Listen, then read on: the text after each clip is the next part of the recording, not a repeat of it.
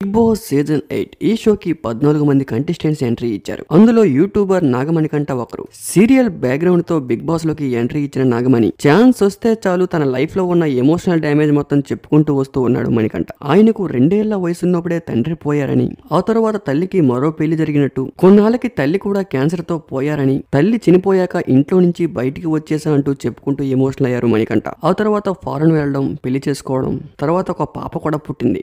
నాగమణి కంట స్టేజ్ పైకి ఎంటర్ అయినప్పటి నుంచి కూడా ఓన్లీ ఎమోషన్ మాత్రం అవుతున్నాడు. ఫస్ట్ డేనే బిగ్ బాస్ లో Anil Ravipudi Bigg Boss house లో నాగమణి కంట ఒంటరిగా ఉంటూ ఏ కంటెస్టెంట్ తో మాట్లాడకుండా ఎక్కువగా ఊహించుకుంటూ నామినేషన్ టైంలో ఎవరైనా ఏదైనా అంటే విపరీతంగా ఎమోషనల్ అవుతూ తన లైఫ్ లో ఉన్న ప్రాబ్లమ్స్ అన్ని చెప్పుకుంటూ వస్తూ హౌస్ లో ఉన్న మిగిలిన కంటెస్టెంట్లు కూడా ఎమోషనల్ చేస్తూ ఉన్నాడు. ఒక విధంగా ఇది ఎమోషనల్ బ్లాక్ మెయిల్ కిందే వస్తుంది.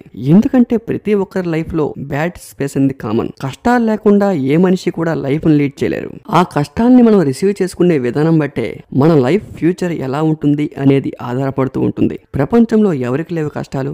బిగ్ బాస్ లో ఉండే కంటెస్టెంట్స్ కి లేవా? బిగ్ బాస్ ని హోస్ట్ చేసే నాగార్జునకు లేవా? బిగ్ బాస్ చూసే కొన్ని కోట్ల మంది ప్రజలకు లేవా? మన వీడియోని చూస్తున్న ఆడియన్స్ కి లేవా? మన ఛానల్ కున్న సబ్స్క్రైబర్స్ కి లేవా? కష్టాలు అనేవి కామన్. అయితే రీసెంట్ గా నాగమణి కంట ఎమోషన్ పై తన సిస్టర్ స్పందించారు. తనకు ఎవరూ లేరు, అనాథ అని చెప్పడం చాలా బాధాకరమని, ఈ మాట విని తన నాన్నగారు చాలా బాధపడ్డారని, తనే కావాలని ఇంట్లో నుంచి బయటికి వెళ్లిపోయాడని, తను ఎప్పుడు ఇంటికి వస్తానన్నా అందరం యాక్సెప్ట్ చేస్తామని, తనే ఏదో ఊహించుకుని తను బయటికి వెళ్లిపోతే మేమేం చేయగలమంటూ మణికంఠ సిస్టర్ లేటెస్ట్ గా చెప్పుకుంటూ ఎమోషనల్ అయ్యారు. చిన్న చిన్న మాటలకే అంత ఎమోషన్ అవుతున్న మణికంఠ రేపు day by day big boss ముందుకు వెళ్తున్న కొద్దీ టాస్కుల్లో మరింత దారుణమైన పరిస్థితులు ఏర్పడతాయి. అలాంటి క్లిష్టమైన పరిస్థితుల్ని ఎలా లీడ్ చేస్తారనేదే వేచి చూడాలి.